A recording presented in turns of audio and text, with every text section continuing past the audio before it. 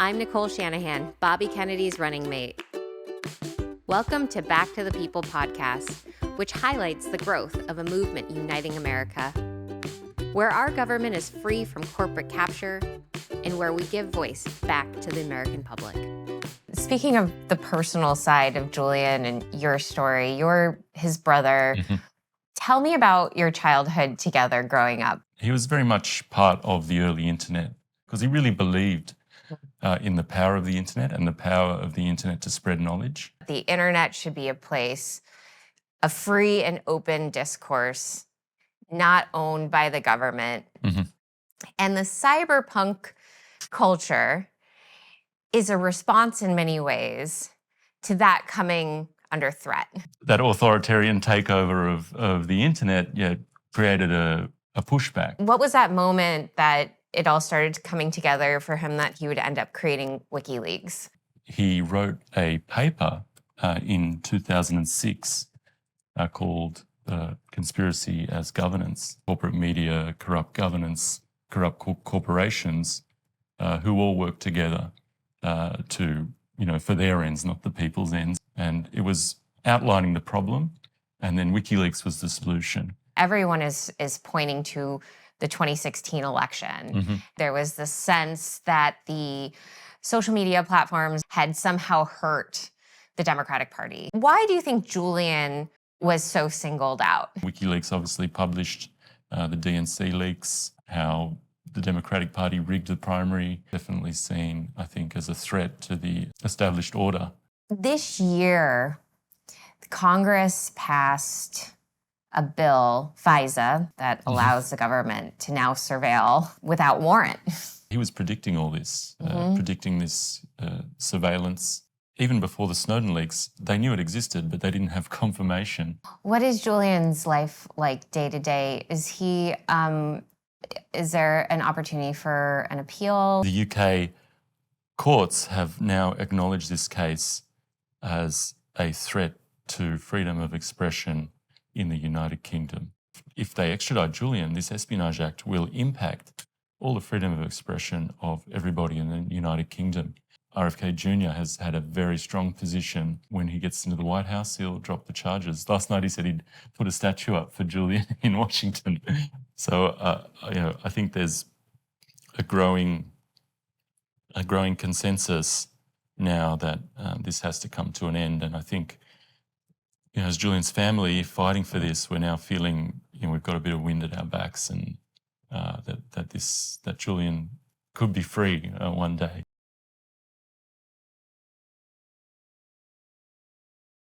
Gabriel, thanks for joining me today. Yeah, good to be with you. We're here in DC at the Libertarian Convention. How has it been so far?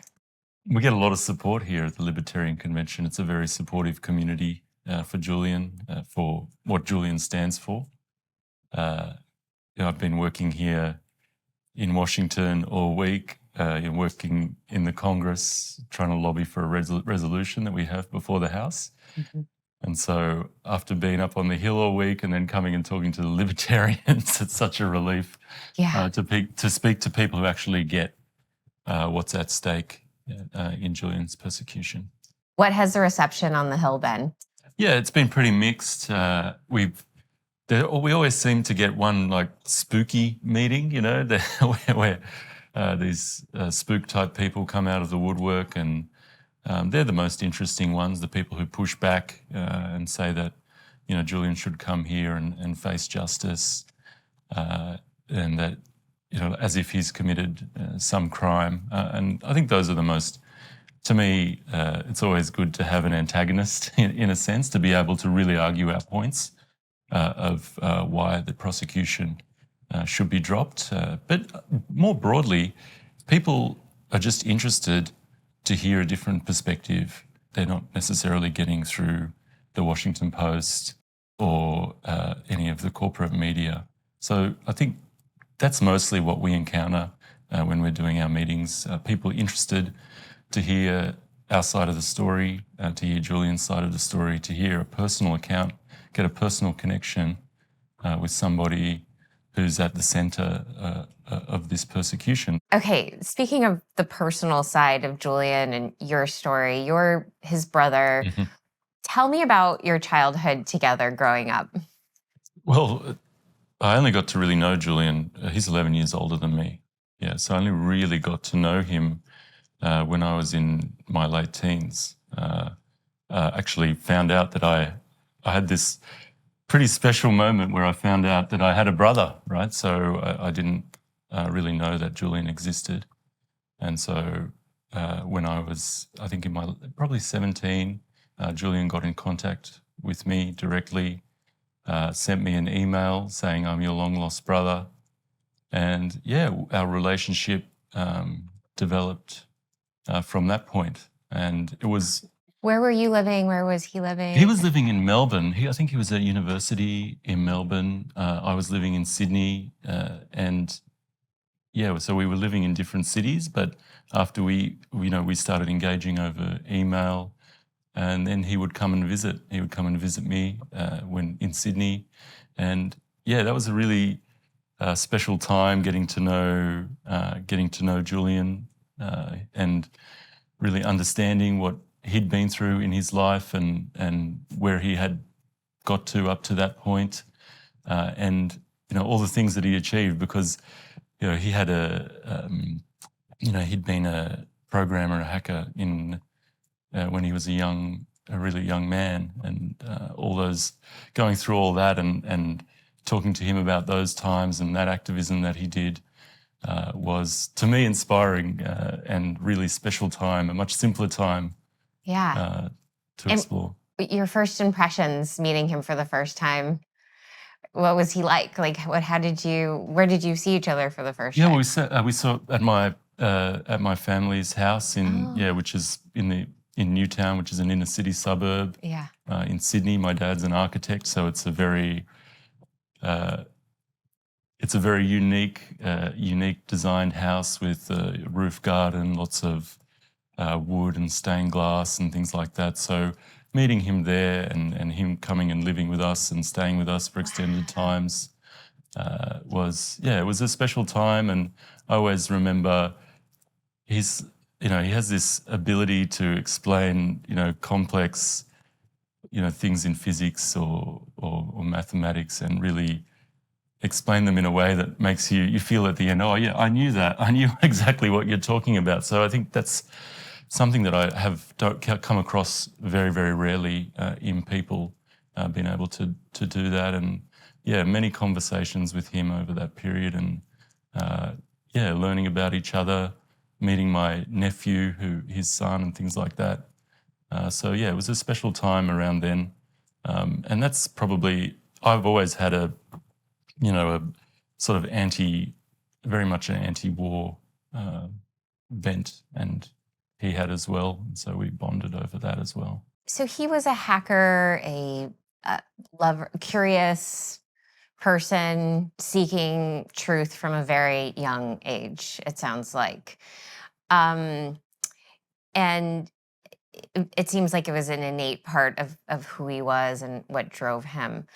Do you know anything about his childhood? Who taught him how to code? How did he find a teacher? And how did he learn? I mean, this is before really the age of STEM and internet being taught in the classroom. So he must have been incredibly autodidactic and seeking this out for himself. Yeah, exactly. He's incredibly curious. And I remember speaking to him and talking about, him coming to our house, and he saw himself as having to teach himself a lot of things.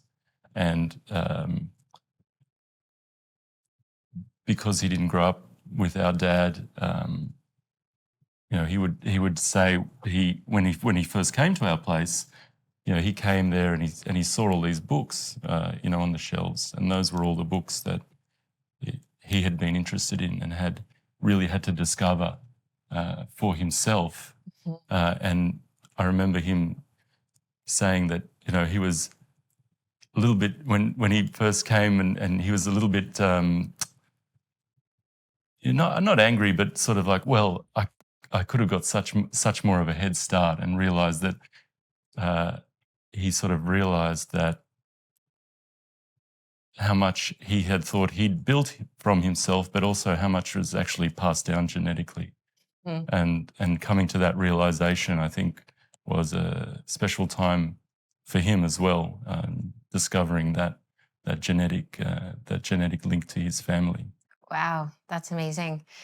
I had a similar experience growing up of just incredible curiosity and following signs of lived experience to figure out what brought me joy and passion and curiosity and what energized me. Sounds like Julian had a lot of that, and he self-discovered so much. And by the time you met him, and in those early years, did he express interest in politics or government or the United? Like, what was that moment that it all started coming together for him that he would end up creating WikiLeaks? Well, he's always been, had a keen interest in cryptography and in mathematics and those sort of sciences, and programming, computer programming. He built many programs over the years. So he'd always had an interest in that, and he was very much part of the early internet. And he also had an internet service provider, an early on internet service provider, because he really believed in the power of the internet and the power of the internet to spread knowledge, because that's what he used it for. He used it to gain knowledge. And even though he was in Melbourne, in Australia, on the total other side of the world, he could log into a computer and talk to anybody around the world. So he recognised that power, and he wanted to spread that so other people like him could use it as well. And so he's always been interested in that, but also very much interested in the cypherpunk philosophy, which is, using internet, I guess, and technology, not to disrupt, but to make the world a better place. Yeah. Let's unpack the cyberpunk philosophy a little bit. There's this sense of liberty that I oftentimes get when I hang out with the cyberpunk people, that the internet should be a place of free and open discourse, not owned by the government, not owned by a single corporation, but like an open town hall environment. And the cyberpunk culture is a response in many ways to that coming under threat. Is that how you would think of it? Or I think so, yeah. That's so, how, yeah. That's, yeah, I mean, if you put it, so you see, that authoritarian takeover of the internet, created a pushback. And I think these people always had that belief, but they were never really united or had a reason to unite. They're all separated in their different cells, but definitely that authoritarian takeover of the internet, I think, brought these people together, and really they started to think, how can we push back? How can we invent things and use technology to push back against these authoritarian tendencies that are trying to take over the internet? And that's where you see things like Bitcoin emerging from the cypherpunk mailing list, the early days, and the evolution of Bitcoin, and also cryptography and these early cypherpunks, Linux, these types of open source or free software movement that exist. That all comes from that cypherpunk philosophy, as well as WikiLeaks. I mean, there's some pretty kooky ideas in the cypherpunk mailing list if you go through it. But I think there's also some really world-changing ideas that have come that have changed the world, like WikiLeaks and like Bitcoin. But yeah, it's definitely a pushback against this tendency of this authoritarians to take over and monopolize. Yeah. Yeah. I think of the early cyberpunk movement as almost like a coming of age for the netizens. People that had been the first adopters of living their lives a lot through the internet. Mm-hmm. And now here we are in 2024, where almost everyone lives out their lives on the internet. And in many ways, cyberpunk, in my mind, they're the founding fathers of the netizens. And they were seeing early on what was at stake Mm-hmm. if the internet could not be a place for open and free conversation. That's right. Yeah, that's exactly right. And Julian really had that understanding. And, he's always, I think if you go back, you look at, he created this, this encryption program called Rubber Hose. And it was a layered, it eventually led to TrueCrypt, which is an evolution of Rubber Hose. And so it was a layered encryption program that gave you plausible deniability to say if you were being tortured. Rubber hose is a sort of a way of code breaking, but it's the rubber hose technique, which is torturing them to get the keys to decrypt. And so they called it rubber hose, and it was a layered encryption that if you were being tortured, you could reveal the first layer, and that the torturers would assume, okay, that's all the information, and the second layer of encryption would remain hidden. And Julian developed this with human rights organizations and leakers and journalists in mind, so that they could, take information out of institutions or out of authoritarian areas and bring it to the public. So he was always trying to think about, how can we use this technology to spread information so that people can educate themselves and reason to make better decisions about our institutions. And then you see, the progression from there and how he went into WikiLeaks. And so he wrote a paper in 2006 called Conspiracy as Governance. And so in that paper, he talked about what are the real, I guess, conspiracies, the conspiracies of governance, these sort of conspirators who get together, I think corporate media, corrupt governance, corrupt corporations, who all work together to, for their ends, not the people's ends, but to benefit themselves.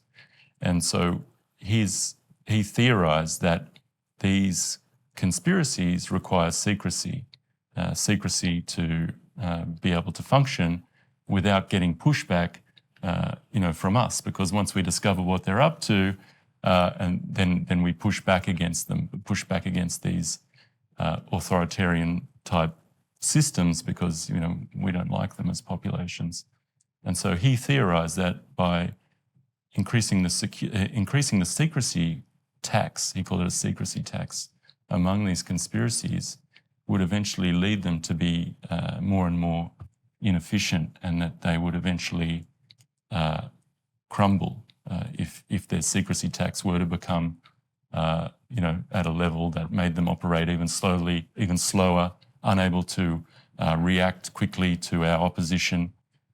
And so that was the sort of paper that I think led to WikiLeaks. And it was outlining the problem, and then WikiLeaks was the solution by using and understanding how to create anonymity on the internet, which Julian really understood. And I think that was one of his, true talents, was how to anonymize leakers so that they can't be traced, to use the architecture of the internet to make a website that was totally uncensorable.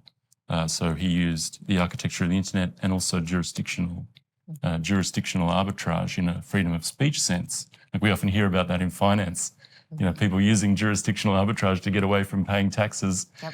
But he used it in a freedom of speech and freedom of expression sense, finding the best jurisdictions that could help keep this information online. And then bringing those things together, creating WikiLeaks and really making this magnet for leaks. And that really so they had that conspiracy as governance, the problem, and then the solution was WikiLeaks. And he made this incredible website that, operated for 11 or 12 years very, very successfully until about 2017 when Mike Pompeo, then CIA director, really declared war on Julian and WikiLeaks. And that's when it all started to really go pear-shaped for Julian. So Julian was in operation for over 10 years with WikiLeaks, pretty successfully because he had so effectively triangulated various speech-related laws across jurisdictions. He really thought through the full stack of how to do this while protecting both himself, the entity WikiLeaks, and those participating on WikiLeaks. 2017. So I'm talking to a lot of these free internet people, and everyone is pointing to the 2016 election as being a turning point. And I've watched Silicon Valley change. I was, living in Silicon Valley starting in 2010. And I was at Stanford as a fellow in law and computer science in 2014, 2015, and 2016. 2014 in Silicon Valley was still, I believe, when the ethos of free and open internet was abundant. And all of the even large internet businesses were still able to operate quite freely. After the 2016 election, something changed dramatically. And there was Russiagate, there was the Cambridge Analytica issue. There was the sense that the social media platforms and the internet companies, the large ones that were trafficking in opinions, had somehow hurt the Democratic Party in that election. Or that, more generally speaking, that the United States democratic system was being manipulated by the internet. And, there was some indication of how this could be, but there was something about the 2016 election that really, really shifted the way that the government was going to treat the use of the internet as it related to spreading information about the government. Why do you think Julian was so singled out? Because Meta or Facebook at the time. Facebook at the time was singled out, but somehow Facebook, through, I believe these, backdoor conversations, was able to continue to operate as is, as long as they complied. Yes. To certain changes. Yep. Was Julian unwilling to comply? Was there ever a conversation? Was there ever an opportunity for him to come and sit at a table and have a discussion with the powers that be about how he might shift the way WikiLeaks operated? Or was it just an immediate, we're coming down on you hard and we're going to single you out as an example of what we are not going to allow to exist? Well, I think it's been very gradual for Julian. So obviously in 2010, 2011, there was pushback against WikiLeaks after they published the Manning leaks. They were essentially debanked. They relied on donations from, the public. They were debanked, meaning? They had their Visa, MasterCard donations cut off. It was an extra-legal banking blockade led by John McCain. Julian had his personal bank accounts closed. They shut down their PayPal. They were entirely debanked. And there was a concerted effort to stop donations to WikiLeaks because that's how they functioned. So it was, well, we can't shut down the website, but we can cut off the money. And so was there a judicial process? No, it was extra legal. Yeah, it was extra legal, all behind the scenes. WikiLeaks sued Visa in Iceland, and they eventually won. But at the time in 2010, they eventually turned to Bitcoin as their their payment rails essentially, and were able to keep publishing and stay alive because they used Bitcoin as their operating currency. And so in the Bitcoin community, Julian is much loved and WikiLeaks is much loved because they're the first use case as Bitcoin is uncensorable, totally uncensorable money, even by the most powerful state on the planet. So I think the attacks, started around then, but they began to, in 2016, I think they sort of began to die down, and then WikiLeaks obviously published the DNC leaks, Podesta emails that showed rampant corruption in the Democratic Party, how the Democratic Party rigged the primary in favor of Hillary Clinton, and I think at that point, I think that speaks to what you were talking about. That maybe Obama was the sort of seen as the first person who won a social media election. Yes. But I think really maybe Trump was the first person who actually used social media to win directly. Yeah, directly. He was the Twitter president. Yeah, directly to win an election. Yeah. And so I think there was that was seen as a threat, having that direct communication, that direct link to your constituency without going through any of the normal filters was definitely seen, I think, as a threat to the established order. And I believe that there's a direct correlation between getting WikiLeaks off the scene and what we saw play out after 2017 and onwards into the Biden administration. The sort of neoconservative project, all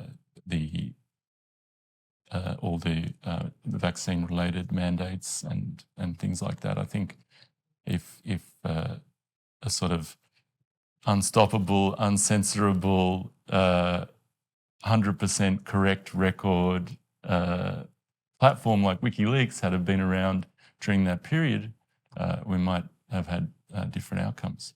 So before Pompeo decided to aggressively go after Julian, and again, we're talking like 2015, 2016, everything was heating up. Congress was, coming down on social media companies for the first time in serious ways. And WikiLeaks was definitely front and center in the Snowden leak. Mm-hmm. You had mentioned that Julian actually didn't know Snowden prior to Snowden taking the CIA records and publishing them on WikiLeaks. Mm-hmm. When did Julian become aware of what was going on with Snowden? Were you privy to what happened around that time? So Julian, I believe, became aware of what was happening with Snowden when Snowden was in Hong Kong,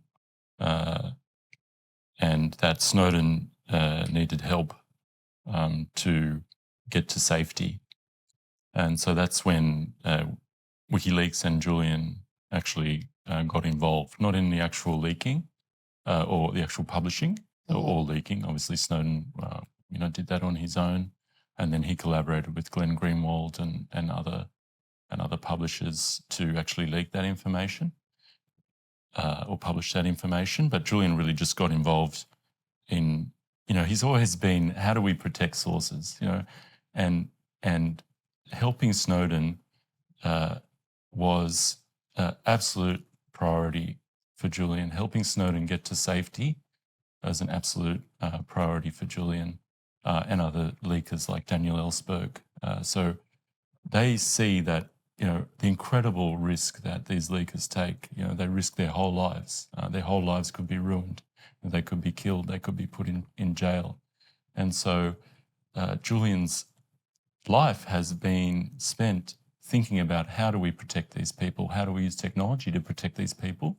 But also how can we use the relationships and our network that we've built and our understanding of anonymity and and your digital footprint to really help these people. And so the mission to help Snowden get to safety was actually part of that real urge and importance to help whistleblowers, because what it means for all other whistleblowers as well. Because if they make examples of these people for a reason, so other people don't do it. So in order for our societies to be better off, we need more whistleblowers, and so we need them to be able to live to tell their story.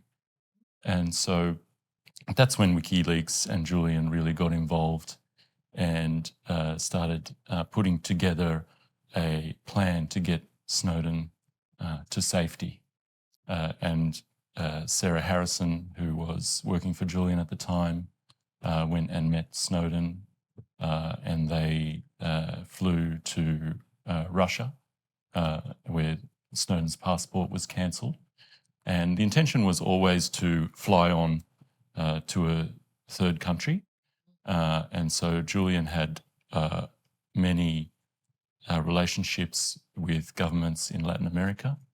And so the plan was to get Snowden to Latin America. And I think they put in something like 40 asylum requests, right, for Snowden all around the world. And what's interesting at the time that was reported was the person who was calling these countries to stop these asylum requests was President Biden. He was vice president at the time. And it was his mission to keep Snowden in Russia, because it would make Snowden seem like he was a Russian agent, a defector. It would, reduce how these leaks looked to the rest of the world, that they were an attack on America from Russia. So that was always the plan, to trap Snowden in Russia. This was Biden's priority. Yes, yeah. Biden was the one, as vice president, making the calls. He would call Iceland. Iceland was thinking about, because Iceland's got very, very strong press freedom and whistleblower protections.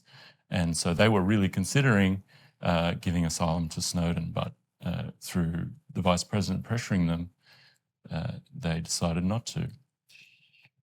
It seems so hypocritical to me that the United States, which has granted amnesty and asylum to whistleblowers from all over the world, Middle East, Latin America, Asia, would be conducting themselves like this, in this extraordinary way, with a whistleblower here in the United States, and make it an executive office priority. There's something wrong with this. Well, they didn't want their crimes exposed. That's essentially it. I think,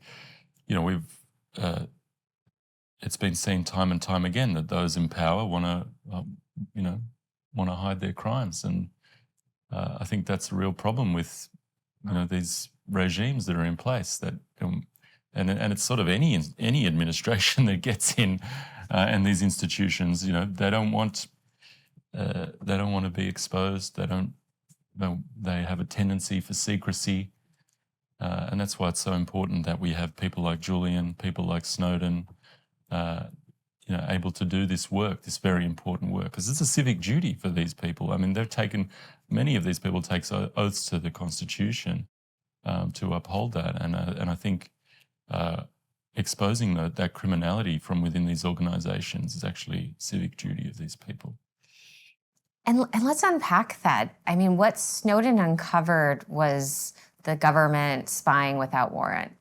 So a direct infringement of the Fourth Amendment. This year, Congress passed a bill, FISA. They renewed FISA, which is a surveillance act that allows the government to now surveil without warrant American citizens. And there was an effort to actually add a warrant amendment to FISA, and it was a split vote in Congress, and it ended up going towards the nay, against requiring a warrant, which was shocking to many of us watching, but predictable, given what we've seen go down with Snowden and Assange. We're at a tipping point now where it's not even being hidden. It's actually in clear daylight that the government has every intention to rip away our civil liberties, our constitutional rights. Julian's watching all of this go down. What does he think?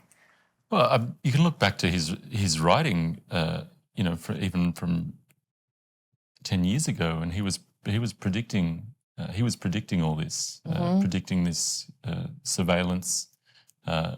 Even before the Snowden leaks, they knew it existed, but they didn't have confirmation in black and white from actual leaked information about this NSA spying.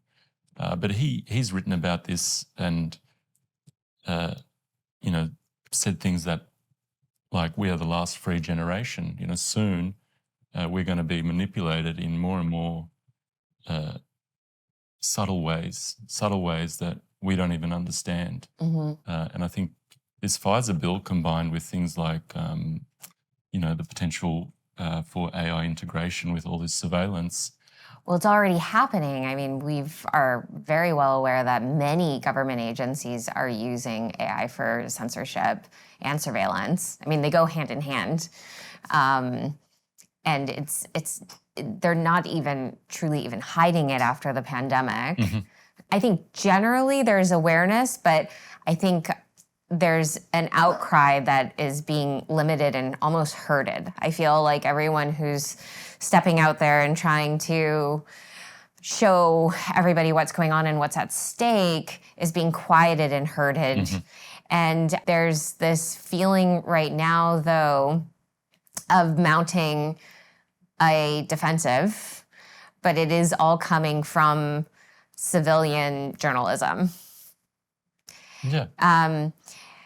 Is he excited about what he's seeing in civilian journalism right now? What are the things that give him optimism?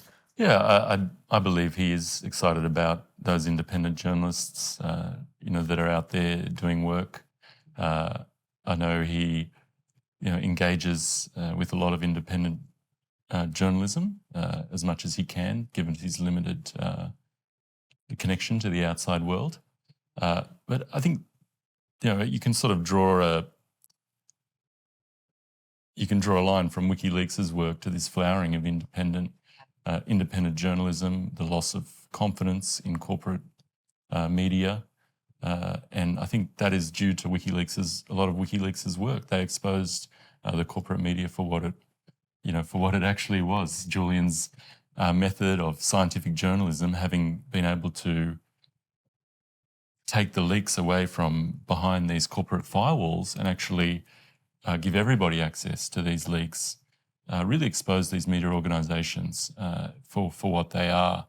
When you were able to hold up a leak and the article and actually make a comparison to are you reporting truthfully? I think that is impacted the corporate media and really encouraged independent journalists as well, because they could do their own research and their own reporting. I think, we've seen things like the Twitter files, which were incredibly important. I think they were a bit of a limited hangout myself, because, but anyway, we can go into that if you want, but I think it was still important that those leaks happened and that we were able to see inside these social media organisations. Yeah, exactly how it happens, and having it in black and white. Yep. I think is very important, and that's original. Like, we have these sources, we have, human sources, but nothing beats original source documents, and having those, I think, is incredibly impactful. And I think we miss WikiLeaks a lot for that. Yeah. What is Julian's life like day to day? Is there an opportunity for an appeal? how can we support him? Where is, I don't know many people even know who are watching this where he is today and what his current sentence is. So he's been held in a maximum security prison just outside of London. He's been there for the last 5 years. He's not charged with anything in the United Kingdom. He's not serving a sentence. He's been held there solely in relation to an extradition request from the Eastern District of Virginia that's related to his work publishing the private Manning leaks. So that's leaks about undocumented civilian deaths in Iraq. Probably the most famous one is the helicopter gunship in Baghdad killing Reuters journalists, unarmed Reuters journalists, as well as the Good Samaritans who come to save them. They're killed as well. So there's evidence of 2 war crimes in that video. Torturing Guantanamo Bay. Those are the sorts of leaks and publishing that he's being prosecuted, or that indictment relates to. He's in a prison in the United Kingdom that is known as Britain's Guantanamo. It was built for the IRA back in the 70s, and it is it's a very dark place. He spends most of his time in a 2x3 metre cell. He does get to see his 2 small children. He has 2 sons, Gabriel and Max. They're 5. Gabriel. Yes, my namesake is very sweet. He's getting a bit cheeky now. Oh. Yeah, he's 7 years old, and he's a very sweet little guy. But he gets to see them about once a week in the prison. He gets phone calls to his wife, Stella, and my dad. So he has a lifeline to the outside world, and I think that's what keeps him going. I've spoken to a lot of political prisoners, and they're always saying, what kept them going inside was knowing that there were people out there fighting for them. And I think that's very true of Julian. He gets a lot of energy and fire to keep fighting this because of all the people around the world who are standing with him. He's just won an appeal, the right to appeal in the UK courts on Monday. So I was there on Monday. Wow. In the UK courts. That's great. Yeah, so it was pretty nerve-wracking because he could have been extradited. They could have ordered his extradition, and he would have been brought to the Eastern District of Virginia, which would be a disaster. It'd be absolute. I think it's a death sentence to Julian if he's extradited. It would probably look a little bit like how Ross Ulbricht was prosecuted. Yes, yeah, and I think it would be. Julian has a national security state after him, so I think they're very vindictive and very they're used to getting their own way, and they're full of hubris. So I think it would be a death sentence if he was extradited here. But he won in the UK courts this right to appeal, and what's interesting about it is the UK courts have now acknowledged this case as a threat to freedom of expression in the United Kingdom. And that's the first time in this 5-year battle that they've acknowledged that. That's even been an acknowledgement at all. Yeah, that the US secrecy laws, that the US Espionage Act is actually, if they extradite Julian, this Espionage Act will impact all the freedom of expression of everybody in the United Kingdom. And so I think what's really interesting is that this appeal hearing will be the US DOJ actually, what will be heard is that they are trying to use secrecy laws to suppress the speech of people in the UK. So you're pitting UK freedom of expression law against the First Amendment. So it's going to be a very interesting trial in that sense. And it's a direct parallel. Yeah, and having the US, which is supposed to be the First Amendment is the premier freedom of expression law around the world, and having the US DOJ try to limit freedom of expression in other countries so blatantly and now recognised by the UK courts, I think goes to show how this prosecution is seen around the world. It's seen as a complete scandal. You've had the German Chancellor come out and say that the UK shouldn't extradite Julian because they need to protect his human rights. Yeah. You've had the Australian Prime Minister, Julian's an Australian. The Australian Prime Minister has been constantly advocating for Julian, saying, that enough's enough, and he doesn't see what purpose has been served of Julian kept in prison. Obviously, RFK Jr. has had a very strong position since the first day of his campaign that, when he gets into the White House, he'll drop the charges. Last night he said he'd put a statue up for Julian in Washington. So, I think there's a growing consensus now that this has to come to an end. And I think, as Julian's family fighting for this, we're now feeling, we've got a bit of wind at our backs, and that Julian could be free one day. So it's a very nice feeling. I mean, amen to that. Yeah, no, it's good. And what an incredible thing that would be for free speech globally. No, it would be, yeah. And it would allow internet entrepreneurs in the United States to return to that kind of idealism that we had before 2016. We've lost so much of that. And now it feels like an underground rat race to protect little pockets of the internet from censorship. People in the United States, I think, genuinely are afraid of losing their constitutional freedoms for the first time. Mm-hmm. And the sign that freeing Julian Assange from prison would give is this exhale of relief that there's hope for our civil liberties. Once again, he's a symbol of our time. He's a symbol of the free internet that we all once knew and that we all want back. Yeah, I agree with you on that one. Totally agree with you. It's not just about Julian's life, but it's about all our rights. Well, thank you to you and Julian for fighting this fight. You're his brother. You're his voice out here. And what motivates you to keep going? Well, I think we'd be doing this regardless. Even if we didn't have any bodies supporting us, we're Julian's family, and we'd be, out there fighting. Even if we're one of those people you see on the street corner with a sign around our necks, we'd be doing it. But I think what keeps me going is all the supporters that are out there, the people we meet every day. We couldn't be doing this without their help, without their support. So that's what really keeps me going, and I think gives me faith that we'll win.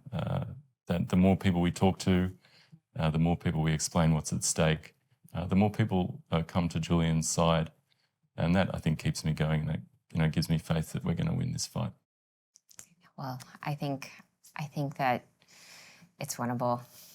Thank you for doing that. Thank you for not giving up and bringing more and more people into the conversation, and realizing this is not a fringe case. This is not an espionage issue. This is a, on its face, civil liberties issue. And I think that after watching Congress, give away warrant protections this year, there's a whole lot more of us paying attention to how we got to this moment. So I learned a lot today from you on all of those bits that have led to this moment, and Julian has played such a big part in it. My one final question is what happened to the data at WikiLeaks? Has it all been destroyed, or is it under possession of the government? No, WikiLeaks is still up and running. Yeah, the data's all still online. Okay. It has moments where the archives go down. Yeah. But yeah, it's all still up there. It's a historical resource. They've got an editor-in-chief, Kristen Harrison. Yeah. So yeah, it's all still up there, which I think is an Is it incredible. still usable? Yes, it's still usable. You can still log on and look it up. So it's all still there, and I think that's very commendable. I mean, if you look at the Snowden leaks, only 5% of what Snowden brought out was ever released, whereas Chelsea Manning's leaks, they're all still there for humanity to reference. For I hope for all time. Gabriel, so Thomas Massie took you to the State of the Union address this year. What was that like for you? Yeah, it was. We're always working to see how what we can do politically and how we can raise Julian's issue. And I think, taking me to the State of the Union, we were able to have Julian's issue raised to a level that we weren't able to without Thomas Massie's help. So it was an interesting night. I think, as Joe Biden, I was surprised by his performance. But it was an interesting night. And Thomas Massie's been a great supporter of Julian's for a very, very long time. Yeah. Well, he went to MIT. He's a computer engineer, entrepreneur. So he understands, who Julian is as a technologist, and he understands also the importance of that intersection between technology and constitutional expression and freedom. Yeah, that's unique. I don't know how many members of Congress have that perspective. No, and he's got a lot of reverence for Julian as well, personally, for the work that Julian did and what he was able to do. So a lot of respect for Julian's work, but that deeper understanding of what it means to the American Republic, I think is unique for Thomas Massie. I talk a lot to also people on the progressive side of politics who come at this from a more press freedom angle, more transparency angle, but Thomas is very much about those natural rights and that the information that Julian gave to us is actually our information, and it's our decision. Should be our right to decide whether to read that or not. Yeah, and as a computer engineer, you're just creating rails for conversation, like for people to have a place to go to have these forms of expression. And so Massie, who has actually laid fingers to keyboard and has written code and understands that at the end of the day that this is just a method of creating a town hall, and it's no different than someone, going out to a public park and getting on a stump and speaking to individuals or allowing people to come and speak. There's no difference. They're perfect parallels of the world of the internet and the analog world. They're just different formats. Yeah, they have a lot in common, I think, him and Julian. Mostly, I think, obviously the technological side, but they're both very courageous, even to their own detriment. So I think I've got a lot of respect for Thomas Massie and his courage to stand apart from the pack and really take a stand on many issues, not just Julian's, of course, but and he's got a lot of respect in Congress. Going to the State of the Union with him, he gets a lot of pats on the back from many, many people in the Republican Party and on the other side of politics as well. Yeah. So I think we don't often see that side, but he's incredibly intelligent and capable. Yeah, and there's a lot of people barracking for him too. So I'm a fan as well. Me too. Yeah. Okay, great. Well, thank you. Yeah, cool. Thank you.